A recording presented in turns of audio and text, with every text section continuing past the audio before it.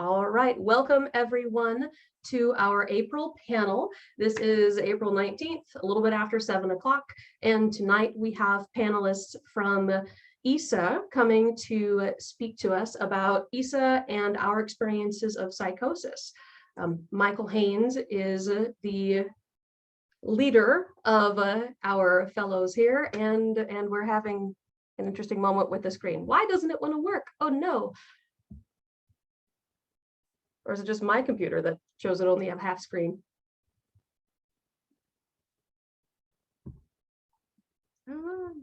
Yay, it has caught up to it. So in honor of our presenters, if everyone can leave their computer, that word, camera, on, because then they can see us and we can see them. And if not, if you're in an environment that is too busy or too distracting, go ahead and turn off your camera. But when they do come on for asking questions or wanting involvement, let's all join in and be supportive and play along, because that's what keeps it fun, right? Yes, fun. Also, mute-wise, please do keep your microphones muted, so that we can have as minimal background noise as possible. And I will leave things to Michael as to how he would like to handle questions and audience participation. So without further ado, go ahead, take it away, Michael. Thank you. Hello and welcome everyone. First, I just want to make sure that you can see the presentation okay. I think that was an error on my fault before, Marcy, not anything with your computer. Okay, so my name is Michael Haynes. I'm here with the Young Adult Leadership Council. We are going to be speaking with you about EASA, the Early Assessment Support Alliance, and our experience with psychosis. I'm going to let our Young Adult Leadership Council members introduce themselves.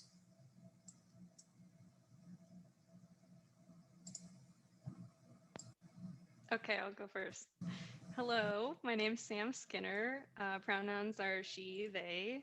I am one of the co-chairs for the Young Adult Leadership Council for Southern Oregon. Yes, I'm happy to be here. Thank you.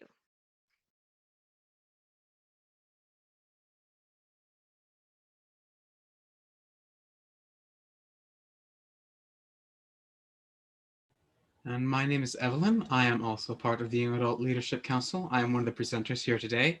I'm saying very generic things. My pronouns are she, her. Awesome. So what we hope for today is, to discuss and dismiss stigmas of psychosis, to learn more about the EASA program itself, and hopefully to just kind of create a discussion with everyone. With that being said, if someone has a question, something they want to say, if you feel like you want to say it, feel free to unmute yourself and ask.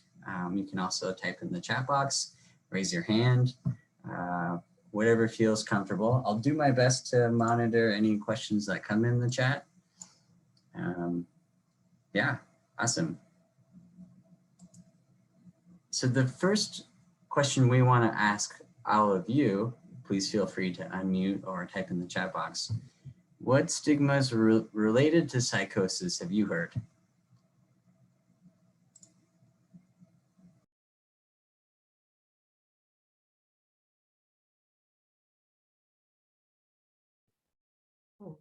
I'll go ahead and start.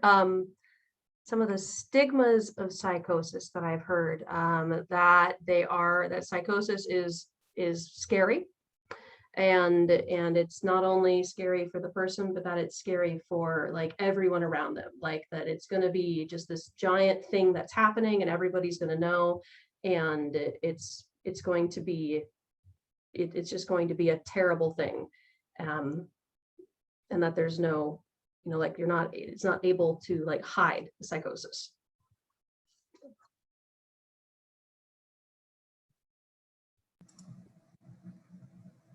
Thank you. I've heard one like that if someone's experiencing psychosis, they're more likely to be a criminal.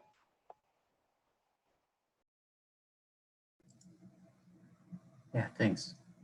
And I'm realizing I can't actually see the chat box, so that's a problem. Anyone else?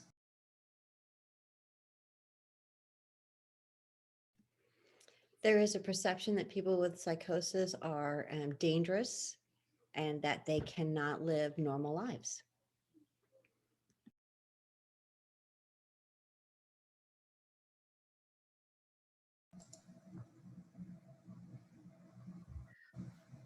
I'll watch the chat and I don't see anything in there, so. Okay, thank you. I'll just be right out and say that I'm a person who in my past experienced an episode of psychosis.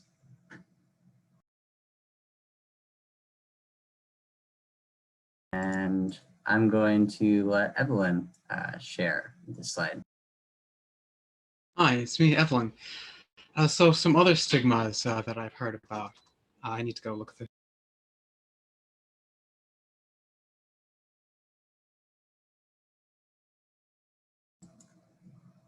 You're muted, Evelyn.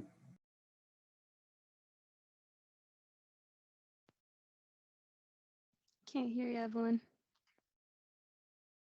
Really? I'm pressing the unmute button. You're back. Can you hear me now? Okay, so I have to be in Zoom, so I can't look at my notes. Great. So there's also positive prejudices, such as people with psychosis or other mental illnesses having basically superpowers or being more intelligent than normal. This is certainly not guaranteed, nor are any of these other stigmas guaranteed to have a basis in reality. Things that do have more of a basis in reality is that people with psychosis are more likely to be a danger to themselves. They have a significantly higher rate of suicide attempts than the general population, for example. They are vulnerable, more likely to be taken advantage of. They can be misdiagnosed, which can result in harmful treatments or potentially, inpatient treatments that were not necessary. They can often be treated poorly by medical staff in various ways. But psychosis itself is definitely treatable. And I want to share an experience where I felt stigmatized. Right about the time that I first started to experience symptoms of psychosis, I was talking to a friend about it. And his response to me was, man, I hear voices too. I'm just not weak-minded. And I was like, what are you talking about? And looking at the section of like being treated poorly in medical care, I know people who go to the emergency department for things that are completely unrelated to their mental health, but then they still get taken to the area of like the mental health section of the emergency department just because they have in their chart something about a diagnosis. Sam, did you want to add anything? Yeah, I'd like to add the misdiagnosis bit. That is what happened to me. I actually was floating around with prodromal symptoms, like early symptoms, for about 3 months until I was eventually hospitalized and then finally diagnosed, and EASA took it away. And yeah, things started to get better after that. But yeah, it can be hard to diagnose if you're experiencing those prodromal symptoms, which we'll talk about soon.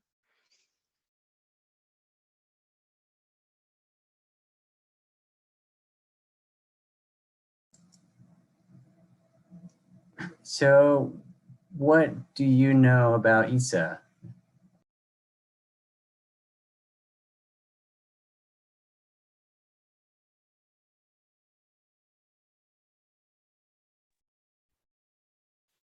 Well, I know that EASA is awesome. Melton's listening, right? Right, Ryan, you're there. It is an organization that is, yep, as Erica just typed into the chat, it is early intervention and treatment. It is there to help people not only help identify what's going on, but figure out what to do about it. Kendall types in, it's for young adults. Yeah, I think you got it there. EASA is a strengths-based program that supports young adults.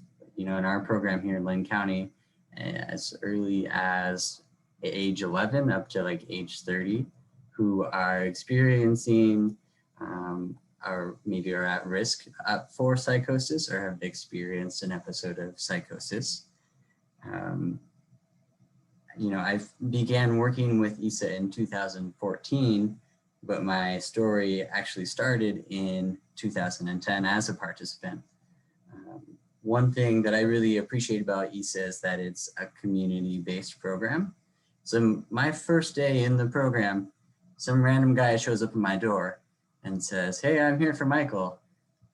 And granted, I had never met this person before. And so I was like, "Who are you?"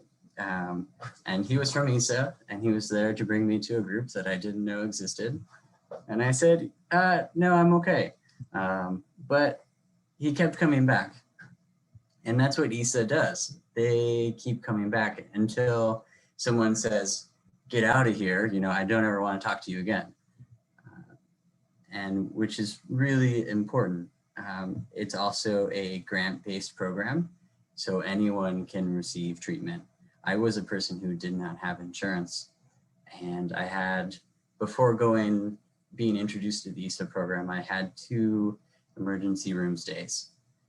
That's really expensive, and it took me years to pay all that off. And thank goodness that I didn't have to pay, you know, the thousands of dollars it would have cost to receive treatment through the EASA program. So it's a 2-year program. At the end of the 2 years, a person will graduate, and the EASA program will support that person to figure out what's going to be next for them. You know, ideally, a person maybe isn't going to be needing services anymore, but if they do, the EASA program will support them to find the place that's best. It's participant-centered, so I like to say that, you know, the person is the driver of their treatment. They're in the driver's seat, and everyone else is in the car around them. If the person says, "I'm going to turn left," you know, everyone is going to follow left with them. And it's team-based care. So on a team, you might find a prescriber, a therapist, a peer support, which is the role that I have, occupational therapy, family therapy, nurse, case manager, supported employment education, and groups. So a lot of great people to come together and really support someone, you know, and EASA exists in every county of Oregon. What's really great about that is that means that if someone is in Lane County and they move to Portland, they can still be in EASA. And it first began in 2001. I'm giving you the whole background here, in 5 counties. And since then, like I said, it's spread to every county in EASA. What's important about this is that the Young Adult Leadership Council had an opportunity to talk to Oregon legislature and talk about their experience with EASA. And part of that is what helped EASA expand, you know, across the state. Also, another thing that's important to remember is that the earlier someone receives treatment, the better it is for them. And that's why one focus of EASA is like folks who are considered at high risk, like Sam was talking, kind of those prodromal symptoms. I was someone who also experienced prodromal symptoms for a year before I experienced an episode of psychosis. And if someone at some point during that year would have come to me and said, "Hey, I think you should check this program out," it would have saved me years of pain and trauma and thousands of dollars. And that's why that early intervention is important, and why there's a focus also now on that clinically high risk piece of it.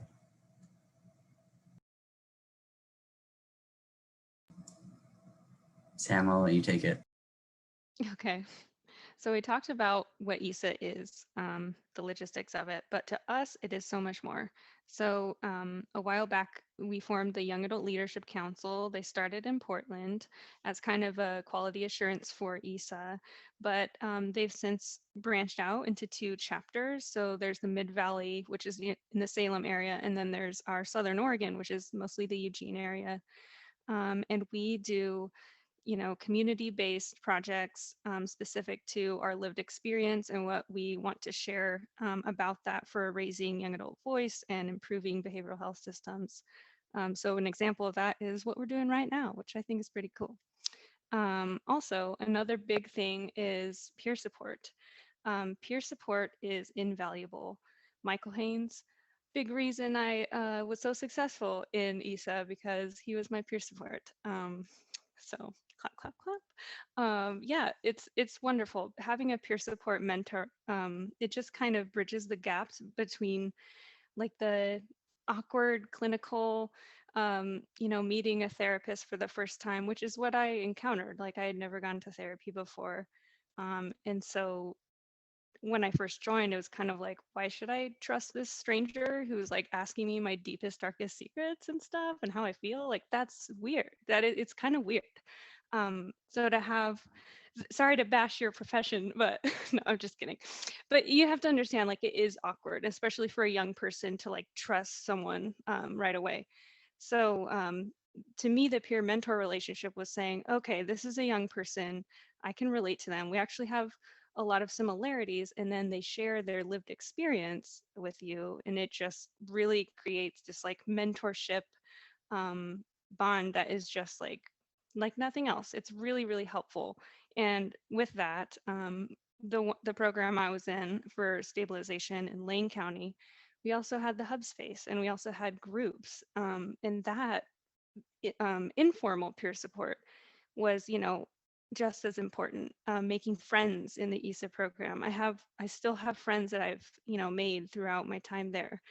And it's just really special. Another good thing is the importance of youth engagement. I kind of touched on that with the YALC. But yeah, we believe in the mantra, nothing about us without us.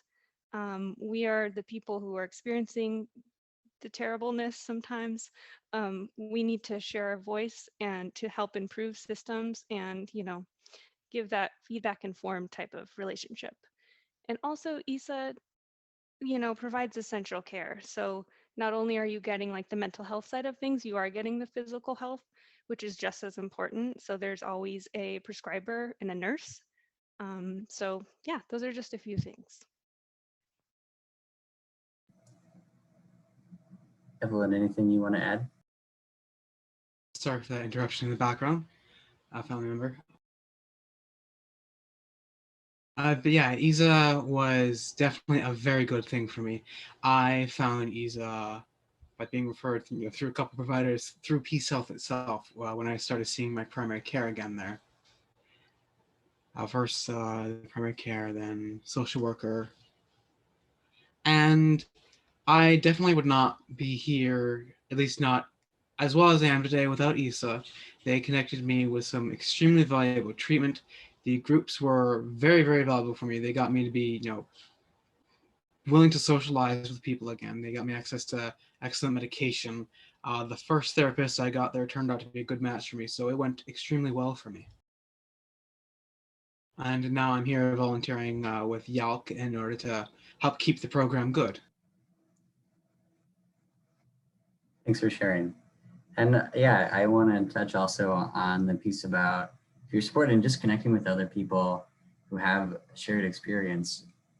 I first joined the Leadership Council a few years ago. And before that, I had never sat in a room with like 15 to 20 other people who had all experienced an episode of psychosis.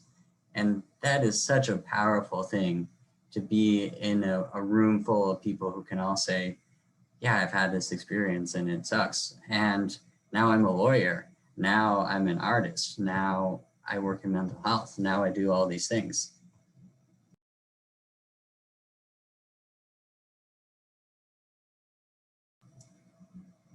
And we wanted to talk a little bit about symptoms of psychosis and what maybe to look for someone who might be at risk for psychosis. Evelyn, do you want to go? Yeah, I first started experiencing symptoms of psychosis at quite a young age with things like very fleeting hallucinations, the occasional voice, mostly shadows of things that weren't there. It was mostly minor until late teens, early 20s, which is often the age where schizophrenia develops or worsens. And at that time, I had a lot of the classic outward signs on the right here, a drop in school performance, trouble with focus and concentrating, especially the suspiciousness and paranoid thinking. That was the most major symptom for me. Withdrawing socially happened over the course of years.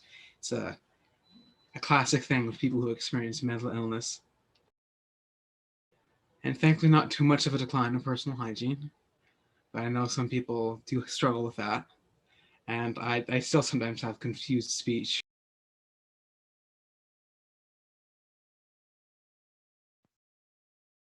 And as for symptoms that I had when the psychosis was more developed, that includes some hallucinations.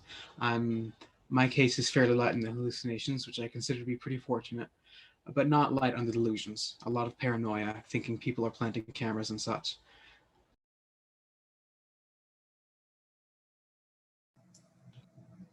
Yeah, I can kind of piggyback off of that. So mine started um, kind of a mix between a lot of stress and work anxiety. I was hiking a lot for my job. I wasn't drinking enough water. I wasn't sleeping enough.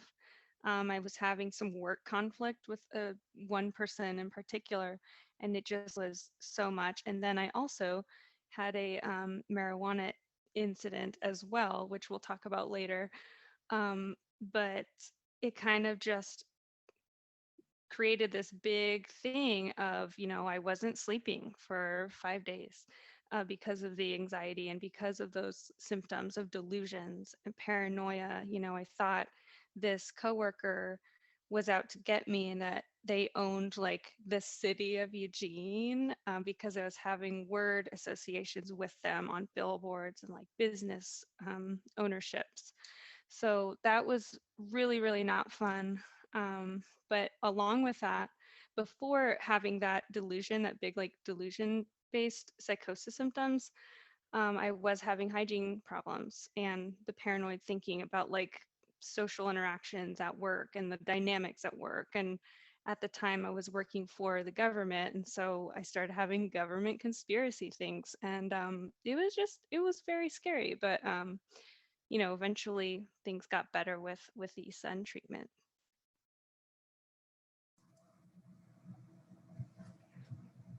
Oh, do you mind if I add one more thing?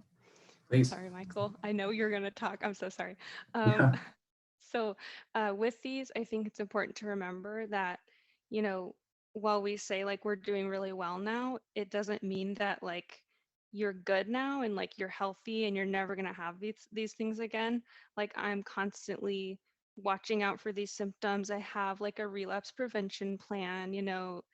It's a good thing to think about, like, well, I myself, I'm doing really well now. I have to put in a lot of effort to be this happy. So just keeping that in there, just throwing that in there. That's a really good point. Thanks, Sam. And I think that's another thing that's important about the EASA program is that they help folks to recognize those warning signs and to make safety plans and to learn skills that is going to support people through when that happens again in their future. Because ideally it would be really nice if it could never happen again, but it is possible that it might happen. And so how can someone have those experiences and still live the life that they want to? And how cool would it be if folks could start receiving treatment when they're just considered at risk for psychosis and never have to experience an episode of psychosis? And we have the program I was talking about, which is CHR, clinically high risk. And I think that's really the hope, is that before someone has to go to the hospital, before they have to have an experience of psychosis, they can receive support and continue living the life that they want to live.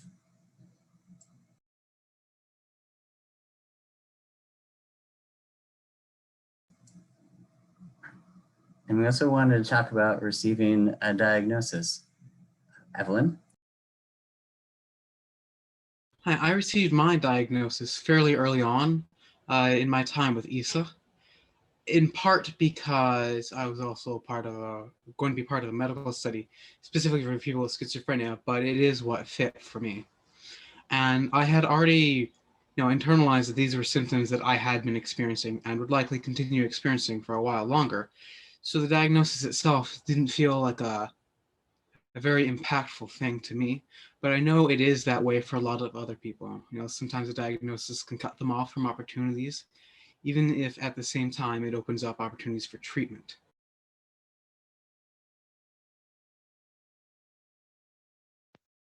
Yeah, I'll take the second point there.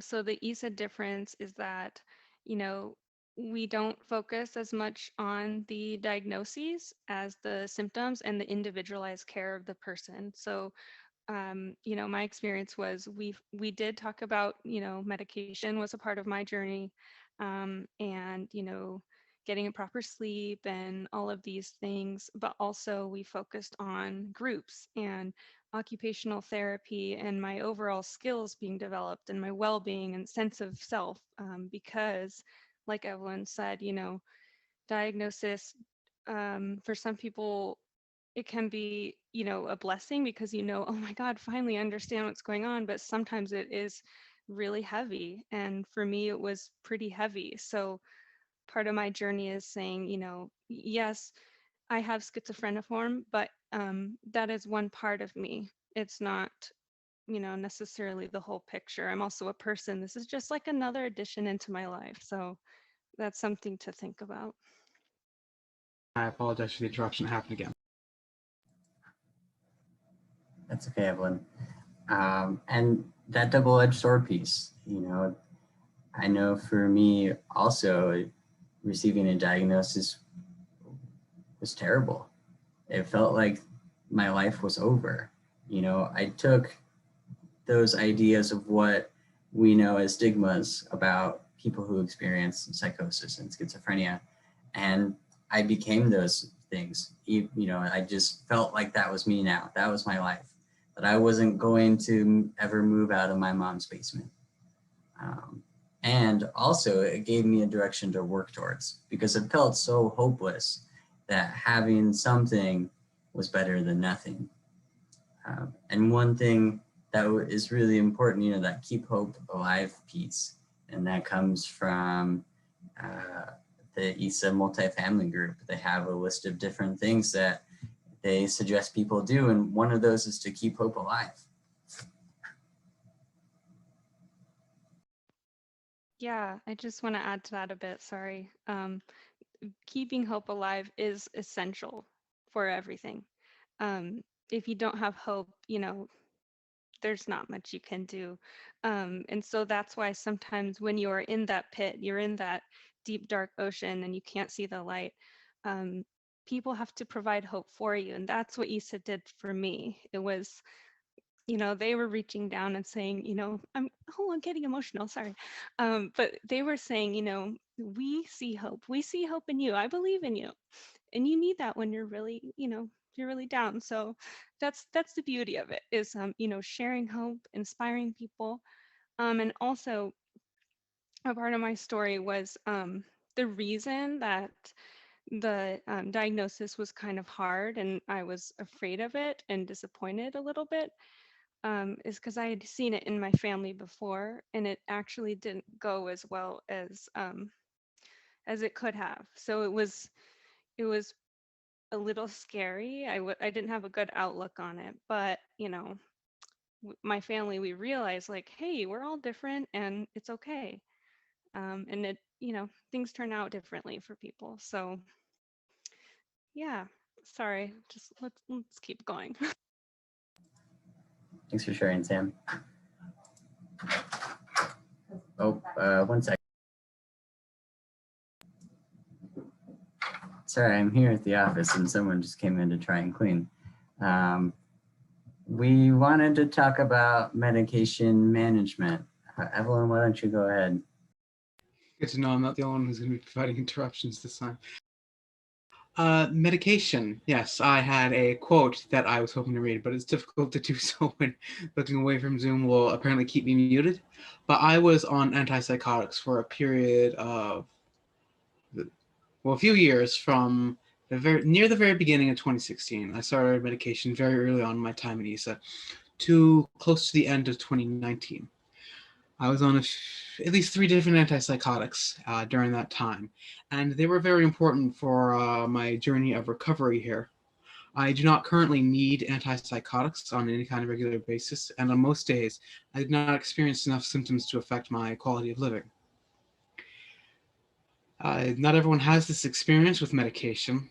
For many people, it is quite important, but it can also be counterproductive in ways that aren't so easily summarized. You know, there's bad reactions. Sometimes they just don't work. Sometimes you can't access them.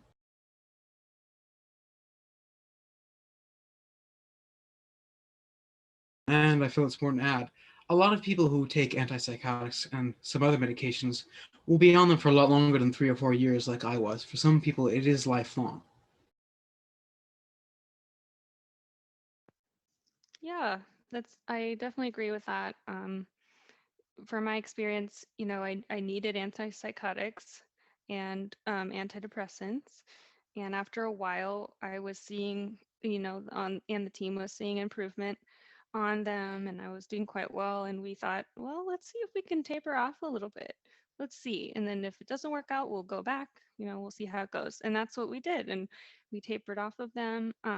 But, that being said, I always have a PRN. I always have something like an anxiety medication where if I'm going to have like a panic attack or if I feel prodromal, that feeling, which I can sense now, then I have something just in case until, I can seek treatment if I need it. And it's also, like Evelyn said, really important to think about, you know, it can be short period or lifelong, crutches versus wheelchairs, and both are okay. And it's good to think about, different options for each individualized person. What I really appreciate about the EASA program is that it allows a person to make a choice for themselves on if they want to take medication or not. You know, I've seen folks who have gone through the EASA program and never once taken medication and didn't want to, and that was okay. And there are some pretty serious side effects that can happen. You know, when I first started taking medication, I think in about a month or two, I gained maybe 40 or 50 pounds. And it was significant weight gain. And that's something, you know, that can happen for other people. And then that leads to another level of like depression, because now, you know, I'm having other experiences and changes to my body with that. And yeah, it was just not great.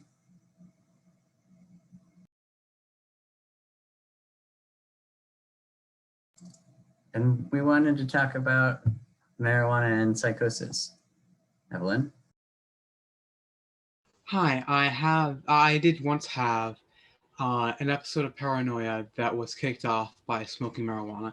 This is not a guaranteed thing to happen, but if you're smoking it frequently, which a lot of people do, as the slide states, it is widely accepted and used and is a common social activity. It is very likely to happen eventually. So marijuana is a risk factor for people at psychosis or who may be at risk, and you don't always get to know that.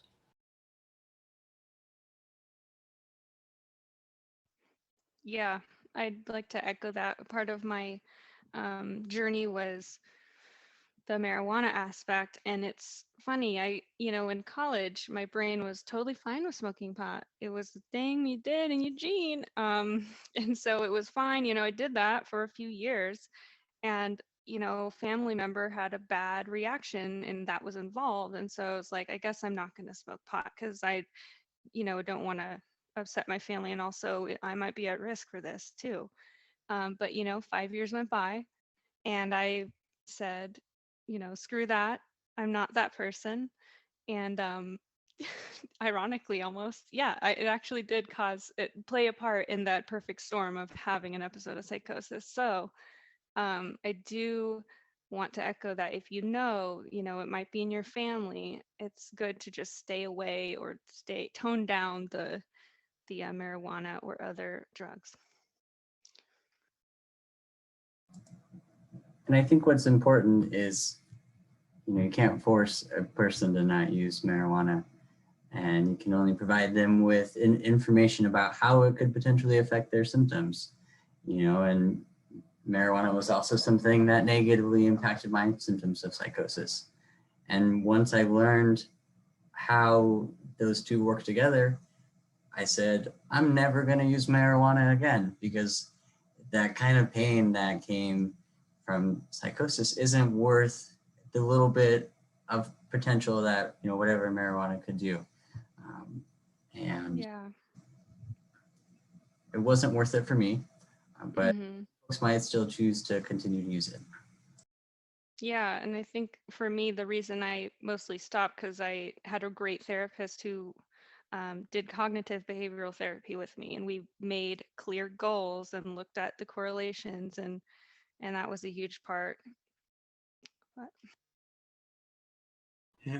But in terms of self-medication, the CBD aspect of marijuana, as opposed to THC, may not increase risks of psychosis, according to at least some studies, and it still provides the anti-anxiety parts of it. So if someone is set on using marijuana, encouraging them to go for CBD or even CBD oil may be, harm reduction.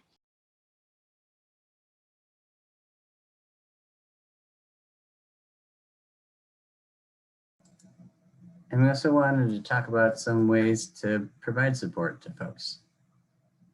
Evelyn? Hi, the first point here is extremely important. Individualized care. We do not live on the pages of a textbook.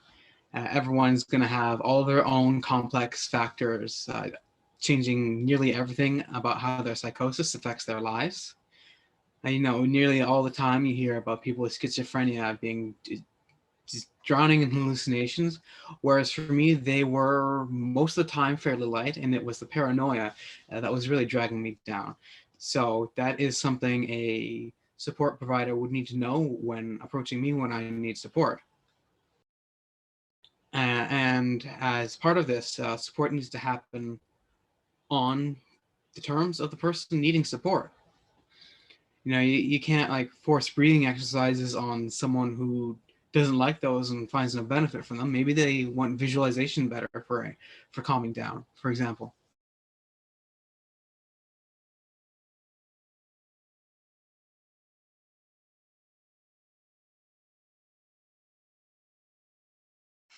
okay, I don't know if we covered the last few ones, but I think a good strategy that worked for me that later I realized people were doing successfully with me was talking about my feelings associated with the paranoia or the delusions or the symptoms, and working through the feelings, not talking about the actual context or content of the delusions or effects. But yeah, talking about your feelings, and of course other folks staying calm, accepting delusions without confirming or denying them. And I think Evelyn had a good example about how to say that.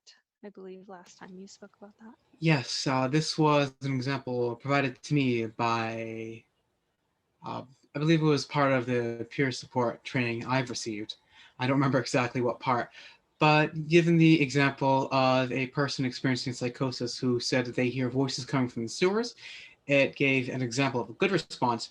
That must be very scary. Rather than explicitly confirming or denying that such thing is happening, you immediately go to their feelings about it. And people are frequently willing to talk about their feelings, so this is generally a productive way to go.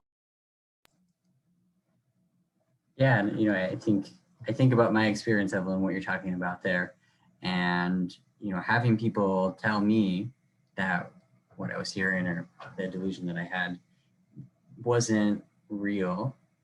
I would say, well, no, you're lying to me. I can't trust you. And I would just push myself away from them because I couldn't trust them. And so I think it's important not only to not confirm or deny them, but it could also push that person further away from you. Yeah, it's good to stay away from the actual content because, you know, to a person experiencing psychosis, if you discount what they're believing, it's like saying the sky isn't blue or, you know, trees aren't green and brown. Like it's you look like the person who doesn't make sense. So Not to mention, even in the cases of someone with good insight, it is still very invalidating for someone to just deny, you know, hallucinations, delusions, and so on. It's still something you're experiencing, even if you realize on some level it's false. Good point. And the last question we wanted to ask everyone is, how has your perception of psychosis changed? Thinking back from like the beginning of this to now.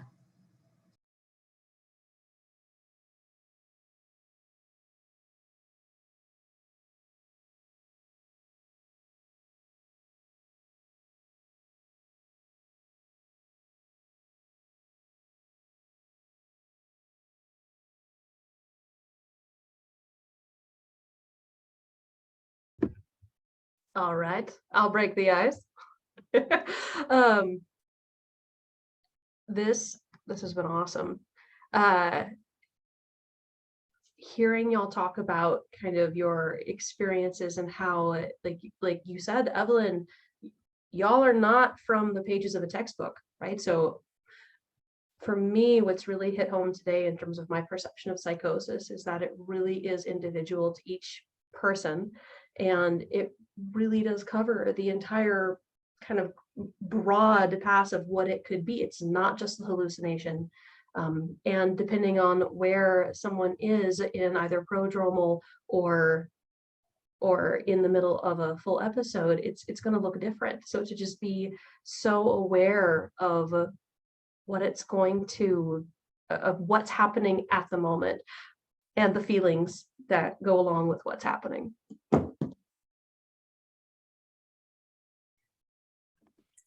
Yeah, I also really appreciated this presentation and the focus on individualized care, and also being able to recognize warning signs and coming up with a relapse prevention plan. This was all very helpful. I just wanted to thank you all for sharing your experience. I feel like I learned a lot today.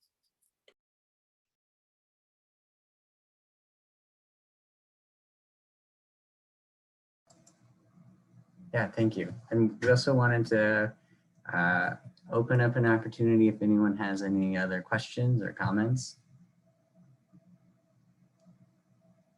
And I'll say one more thing really quick, that if you think you might know someone who could be appropriate for EASA CHR services, you can always make a referral.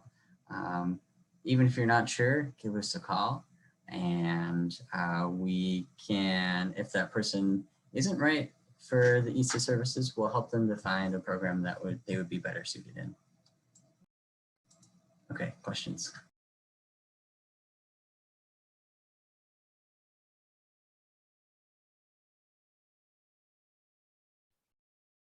Okay, y'all, I have lots actually, but I would like to open up the floor to, does anybody else from my team, would they like to speak or bring things up? So.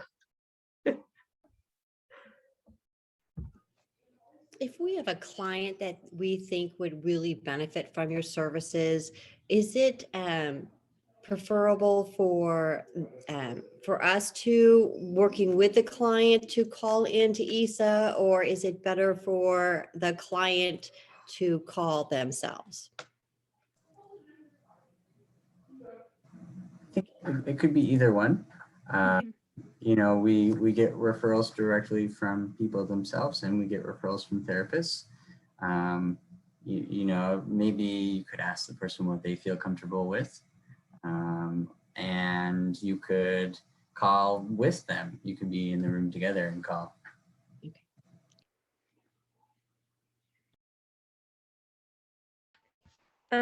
How is it that most clinically high-risk people are found currently? Is it from referrals, or is there other ways that they find the program? That's a really good question. I think part of that is, the EASA program. We have to do community education. And so the idea is to go and present about EASA and CHR anywhere that a young person might be, to try and help inform folks about what CHR have symptoms, that's when it's high risk for psychosis, or symptoms of psychosis could look like. And so I think referrals come from lots of different places. And I'm not sure specific, one specific area.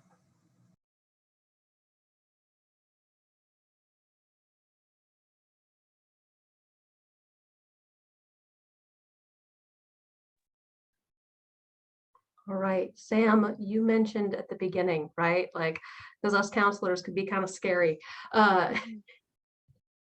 So this is to you, and then also to Evelyn and Michael, right? But what would you love to see happen in our counselor mentality, right? Like, how can we be less clinical, less scary? Any advice, any recommendations? Love this question. Okay, so I'm going to talk about my experience because that's all I know, right? So for me, smile. Act like you're meeting someone for the first time. Say, hi, great to meet you. Have a human conversation with someone like you normally would. Don't think of them as a client, think of them as a participant or recipient of care. It's going to change your mindset and build that relationship so that you're both helping each other learn, right? But yeah, generally my favorite therapists are doing cognitive behavioral therapy, talk therapy, making goals with me, looking at those types of things. But yeah, in general, just try to humanize your client and don't think of it as, okay, I'm going to sit down and ask, how do you feel today? Like, don't make it clinical, especially when you're working with young people. It's just not going to work out very well. But yeah, so that's my 2 cents. I don't know what y'all want to say to that.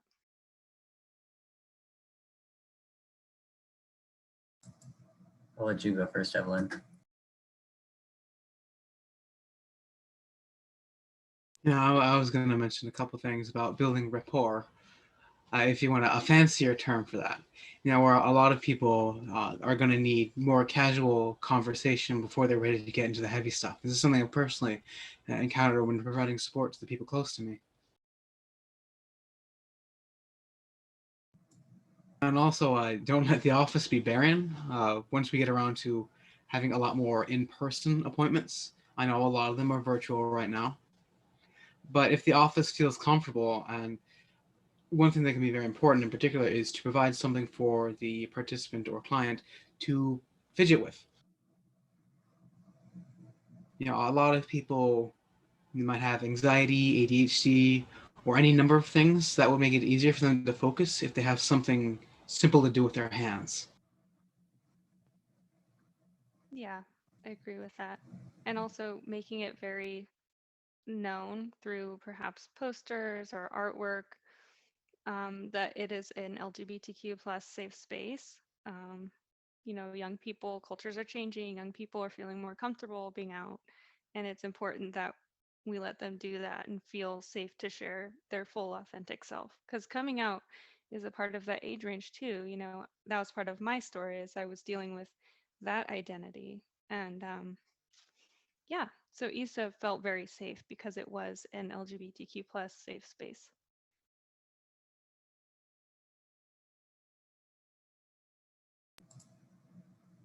The only thing I wanted to add was back to like what Sam was talking about with the language that folks use. A lot of times I hear people say like my client, or thing like that one always stands out to me because, or like my person, because that they don't own that person. You know, the person they're seeing at 2 compared to my client, it's just a completely different thing. And a completely different kind of relationship with that person too. And then another thing I think about that made a difference for me is like the clothes that someone wear. I met with someone in EASA who they wore Chucks and a zip-up hoodie, and that helped me feel really comfortable in that setting with them. Yeah, I agree. I also, maybe you haven't encountered this, maybe you have, but in the greater scheme of things with SAMHSA, the terminology consumer is brought up a lot with people who are receiving services. And in the youth advocacy, youth voice world, we really don't like that because it makes the connotation that like we are asking for services, like we have a choice to request these services. So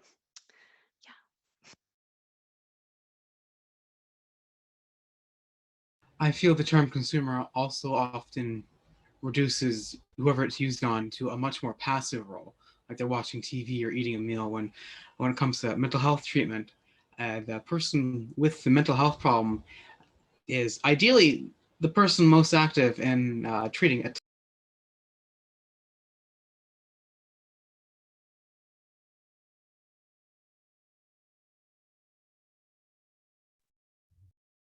All right. So I'm hearing y'all talk, and it seems that throughout your experiences, there was different length of the prodromal phase, but y'all had one prodromal phase, and then there was the first episode, right? And then it's been everything since then. Would y'all be willing to speak a little bit about kind of maybe both sides of that? Okay, so this is a big question. From us, from the counselor perspective, right?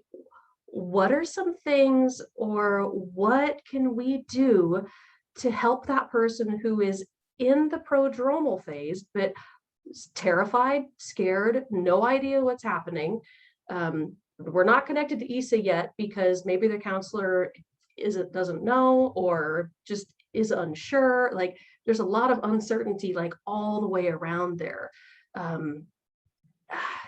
Is there any advice y'all could give about what would be good for us to do? Like how we could bring our concerns up that would have been like the least traumatic way possible. are you talking about like if you are working in a program that deals with psychosis, or just as like a general licensed professional counselor? Good clarification. Just as a counselor, like for example, I work in a group practice. I have several colleagues, private practice where we're not agency, we're not really plugged into the big group unless we really make an effort. But we'll get people who come in who are like, yeah, and they're just telling us individual things that we may or may not connect the dots with. I would say don't forget about psychosis. Ask them about the paranoia, about the delusions. It's hard for people to share because there is the stigma, right? And we're trying to do that more with community ed, like what we're doing here and hopefully at schools and such. But don't forget about psychosis because it is a lot more common than you think. And perhaps it could stay in that prodromal phase for a long period of someone's life, and they could have it in their later 20s or an episode later. But I think we often push that aside as clinicians as well, just like, oh, that would never happen. They're just majorly depressed. Look at the hygiene and everything. It's yeah, I would say just remember that and to ask those questions. And while you ask the questions, be calm about it and make them feel validated if they're feeling those questions. No raised eyebrows like, oh, really? That's just gonna make them feel uncomfortable. Yeah, I see the question in the chat. How common is psychosis, from Amber Azel? At last I looked, it was at least 1% of the population who experiences psychosis, which, given how much of a population we have, is indeed a lot of people. And a whole dimension of things we haven't covered much would be what's sometimes called the negative symptoms. And these are also something you can look out for. There are some that are shared with a lot of mental illnesses, like a lack of sociality, lack of pleasure. Those things would also be common with like depression or even anxiety. But some things that may be more indicative of psychosis would be a lack of facial expression, whether partial or like almost complete, as well as a lack of, changing of tone. That can be a big one. That's something I still sometimes struggle with. And there's also other, positive symptoms like, disorganized thinking and speech. One thing I think. Yeah. Oh, sorry, Mike. Go ahead, Sam. Okay. Yeah, I was just going to add to what Evelyn was saying. One of my things was the word salad, which is, starting sentences or, having sentences pulled together in between randomly. And that's because part of my experience was I was having rapid thoughts. Like my thoughts were coming in at, milliseconds, like lots of ideas. My brain couldn't process them. So I would just have I would output a glimpse of this here and this there just to get it out in the open into the ether. But, to me, it made sense because I was making connections outside of my body by speaking. But, to other people, it's like, what is going on? That doesn't make sense. Just throwing that out there. That's the way how I perceive my brain was trying to deal with it. One thing I wanted to say, Marcy, in thinking about like, how to potentially refer someone that you've been working with, because I think that was part of your question, right? I could see how that would be really tough because you don't want to be like, I know we've been working with you and I think you should go to this program because this is what's happening. But you could, maybe approach it from like a strengths-based point where like, these are the goals that you have in your life that you want to accomplish. And I think this place might be better suited to support you in doing that.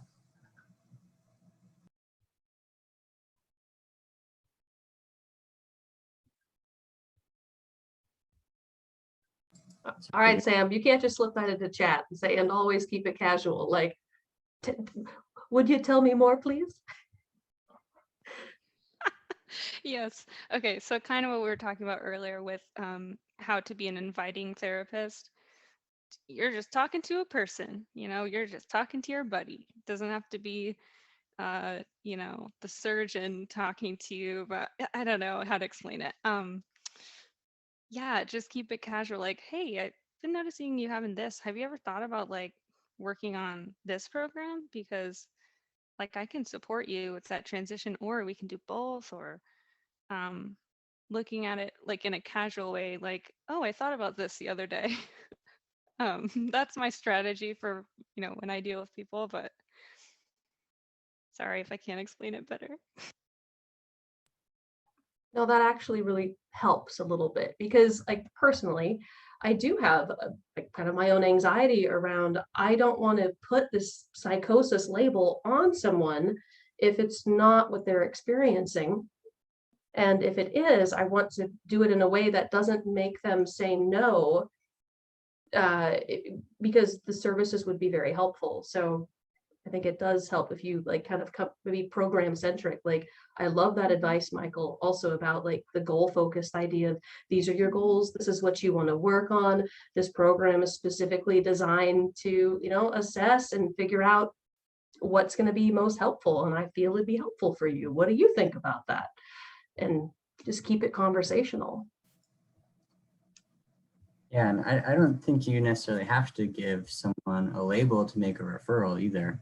You can just make that referral. And I think sometimes what happens with folks in the CHR is that they are given a diagnosis of like psychosis, which isn't totally accurate to their experience because they haven't actually experienced an episode of psychosis yet. They're still kind of considered at risk for psychosis.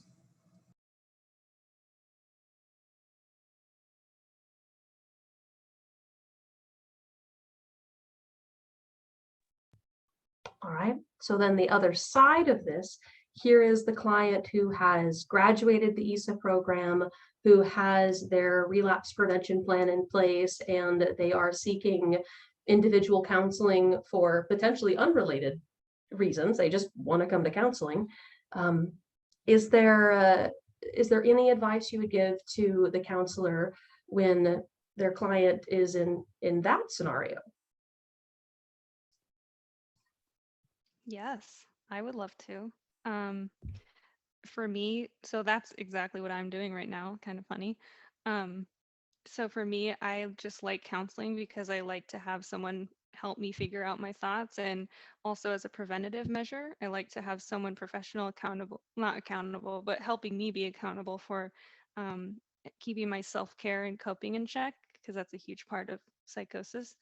Um, but yeah, for that person, a lot of it, you just deal with the things of everyday life. You're dealing with normal things. Like for right now, it's my job and I'm thinking about my career goals. I have these two different careers in my head, youth voice or environmental science. And it's hard to try and balance those.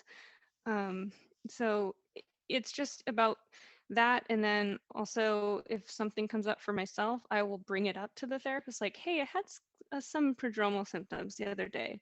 I want to talk about them.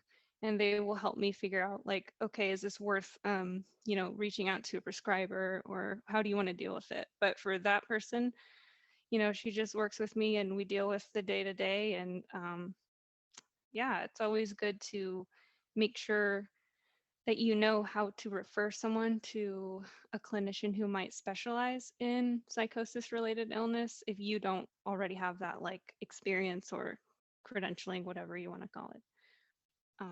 But yeah, it's it's not really in the forefront. It's a lot of prevention for relapse, and for another episode is dealing with the daily stressors of your life and self-care. That's really what all of our lives are about, actually.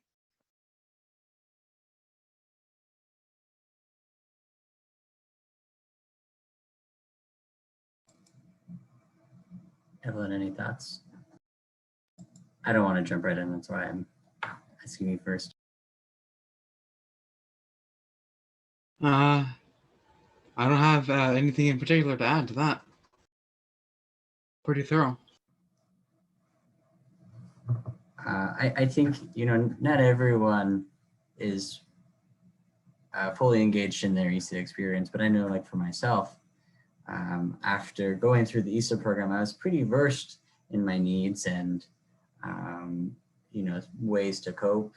And what has been important for me in a therapist was just that unbiased perspective to use as like a way to reality test sometimes, or to be able to just like emotionally dump on someone. And I've learned really good coping skills and things I need, but sometimes it gets to a certain point where it feels a little out of control. And that's where, a therapist is really important for me.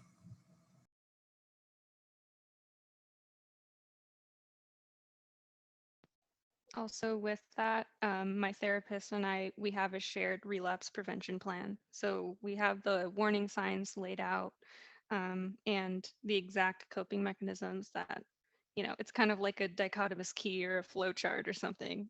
But yeah, it really, really helps.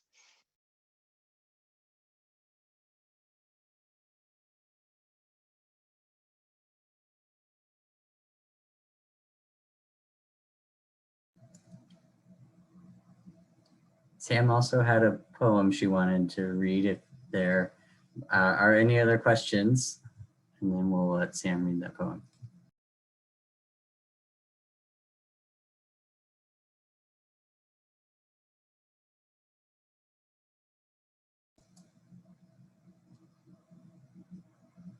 I would say go for it, Sam. Okay.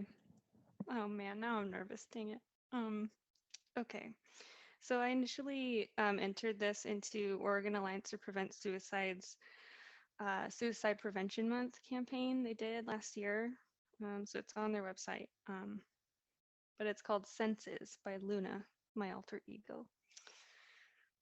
I am in a pit. I cannot see. I cannot hear. I cannot smell. I cannot taste. I cannot feel. I cannot think. I decide I cannot be. And yet I sense it. I sense a rope made of snakes being lowered down to me. I dig deeper. I sense a rope made of thorns being lowered down to me. I dig even deeper. I sense a rope made of knives being lowered down to me. I dig even deeper. No rope lowers. I stop. I wait. I begin to think. I sense a rope being lowered down to me, and I peek my eyes open. I see a rope made of snakes, which are not actually snakes, but a family. I taste fresh apple pie. I see a rope made of thorns, which are not thorns, but of friends. I smell a summer campfire. I see a rope made of knives, but they are not knives, but of medicine. I hear encouragement. The ropes begin to braid. I feel safe, so I begin to climb.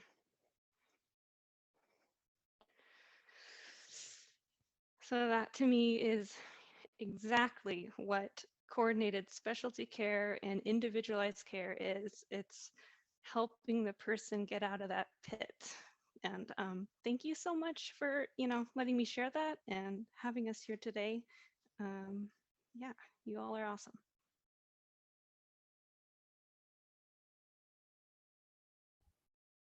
Thank you, Sam. That was really meaningful. Absolutely. That, as Rebecca just typed, it is an honor you'd be willing to share that with us. Thank you so much. Okay. Michael, Sam, Evelyn, I am so grateful that you three were willing to take your time and to come join us tonight and speak from your experiences. I can only speak for my experience, and it is powerful to sit in the room with those who have lived experiences, who are willing to share and say, this is what I have experienced, and this is where I am, and this is where I'm going. And you have made a profound impact. And it won't stop here. It's going to keep growing. So thank you all so much for your courage and your bravery and your willingness to come out here and join us this evening. Thank you.